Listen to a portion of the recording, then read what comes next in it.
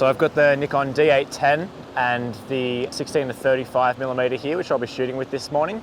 We're going to be testing out some of NiSi's 100mm system and circular polarizer filter to see the different effects while you're shooting seascapes down here in Kiama.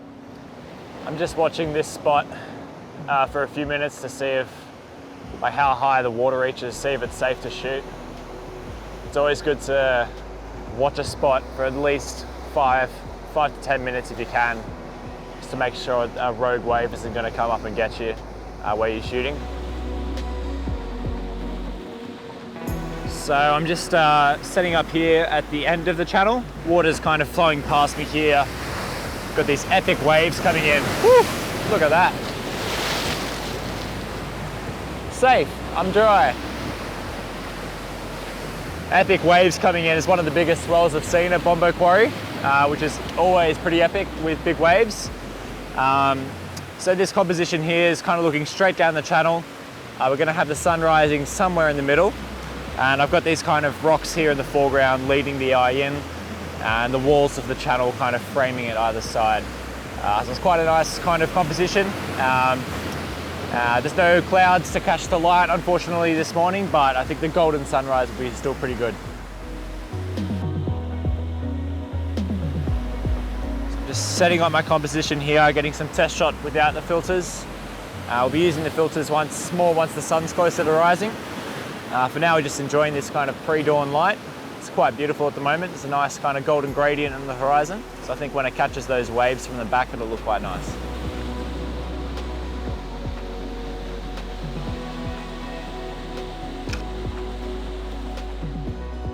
Right, so we're just going to switch up our positions here. It's going to be quite a tricky one shooting through that channel with all the dynamic range, as I'll be shooting straight into the sun without any cloud to kind of really break it up. So we're going to be shooting this sort of classic sideways scene here at Bomba Quarry, which I think, yeah, is also a great option as well. So let's jump up onto the wall here.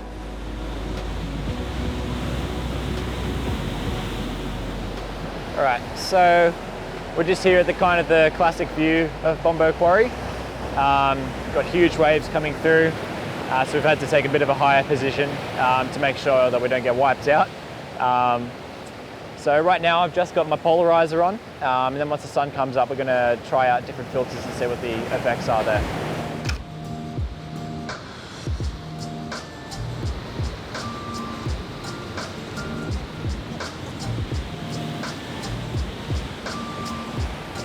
All right, so we're going to be using the ND3 now, slowing down the motion of the water a little bit, see what effect that produces in the same sort of lighting conditions as just the polarizer. This is as well as the polarizer.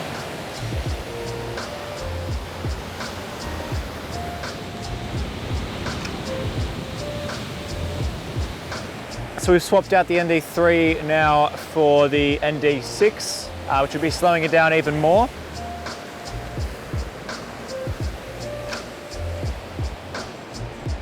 All right, so as the final ND that we're testing out this morning, this is going to be the ND10 stock.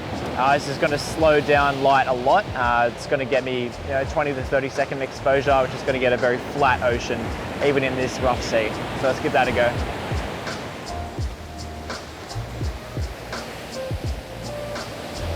All right, so for this, because it's so dark, I'm actually going to go to bulb mode on my camera and use my remote shutter release. And what that's going to do is allow me to go beyond 30 seconds as the max time. So for this, I'm actually going to do a 1 minute exposure, and that's going to really flatten out this water here. So let's start that now. So now what I'll be doing with all of these photos is I'm going to be exposure blending for the sky, since we have something protruding above the horizon and we don't want to be darkening that. So I'm taking multiple exposures, and I'll be blending them in Photoshop later on. But when we have a flat horizon, then things like graduated NDs, which we'll look at later, are a perfect solution for that.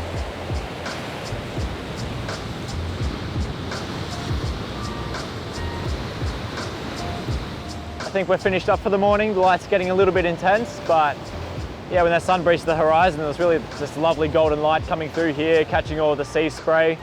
So yeah, pretty awesome morning at Bomba Quarry. we'll wrap it up there, and good to be shooting with the NiSi filters.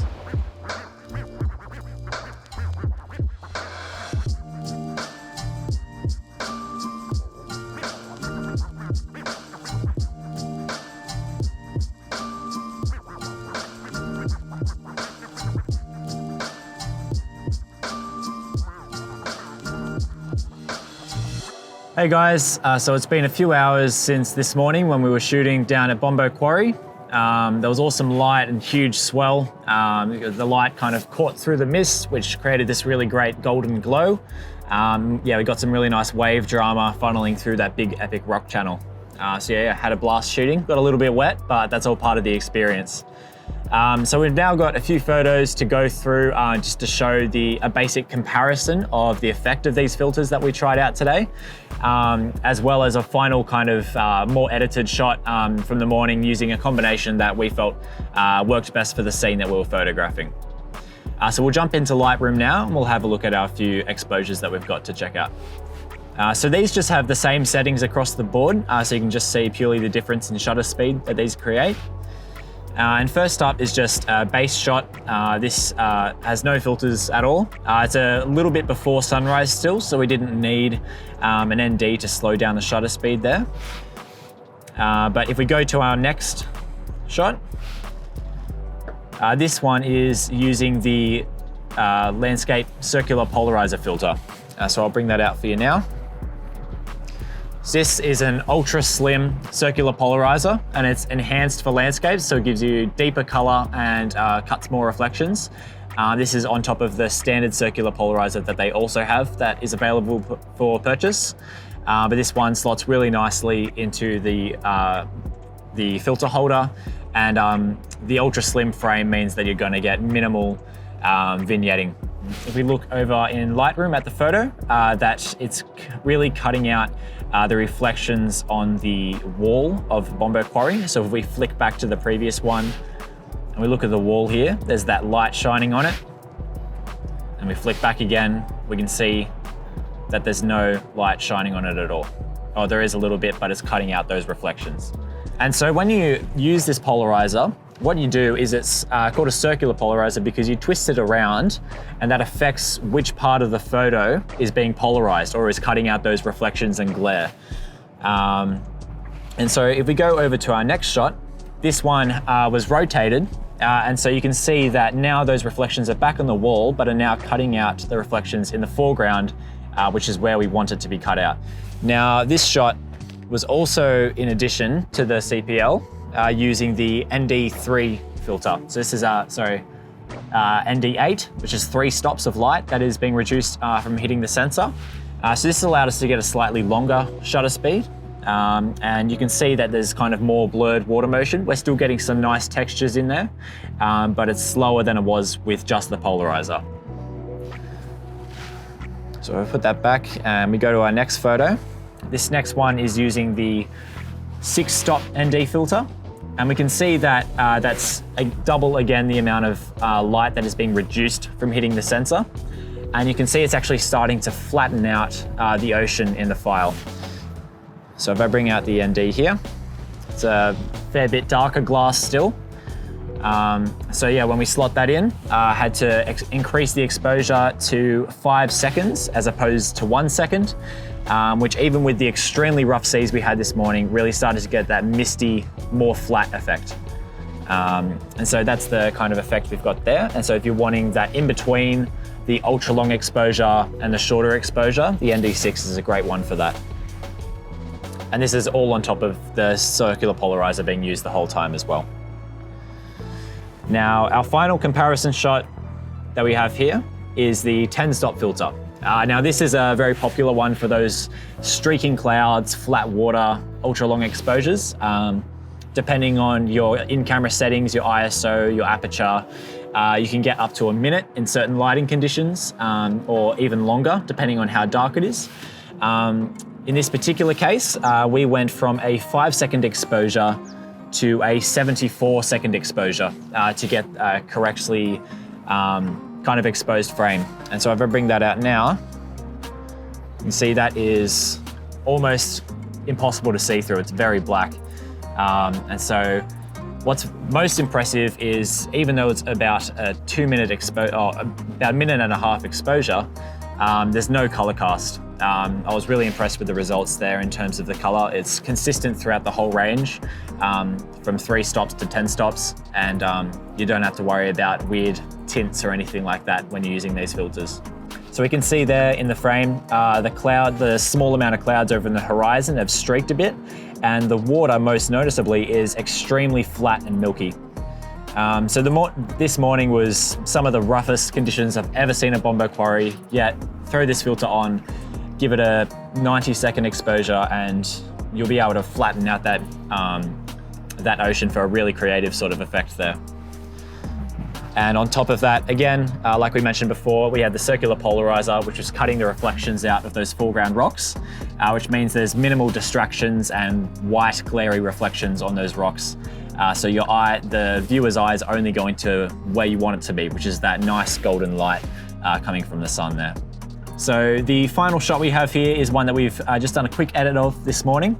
For this shot, I went back to using the 3-stop ND, as I liked the more textured sort of water, and as well as the circular polarizer as well. You can see the sun was really intense and had this huge orange glow around it because of the amount of sea spray that was being thrown up into the air by the crashing waves. So that was quite, it was hard to deal with, but you can make it work. And down on the foreground rocks here, the circular polarizer really cut out those reflections well, so that the only highlights on the rocks you'll see are just the direct golden light from the sun. Without that, you would have also had white, pale blue reflections covering most of those rocks, which would have been very distracting and kind of ruins the aesthetic of the photo a bit. And over here, you've got the beautiful golden light hitting the wall of Bomba Quarry and illuminating the water as well. And what the polarizer also does is it helps cut through the water flowing through the channel, which helps separate those streaks of whitewash coming through, which also just really helps with texture and providing interest to your foreground. Now, something else that you can use in these sort of situations are graduated ND filters. You can get these with soft edges or hard edges. We didn't use this in this particular case since there's something protruding above the horizon. We didn't want to darken that. It could still absolutely work, and you can work around it. The preferred method this morning was to go without it. But for sunsets and slightly softer light and a more flat horizon, graduated ND filters are a really great way to go about creating a balanced exposure in camera rather than having to rely on Photoshop work. And you can stay tuned for a future video where we'll be exploring that at sunset and doing a little bit of astrophotography as well. Thanks for watching, everyone. That brings us to the end of today's video. I hope that was helpful and helped clarify the different effects that those NiSi filters can create and how you can get creative with your own photography. If you're looking to purchase one of the filters from today's video, be sure to check out the link in the description below. And if you have any questions about any of the filters, then be sure to leave a comment below.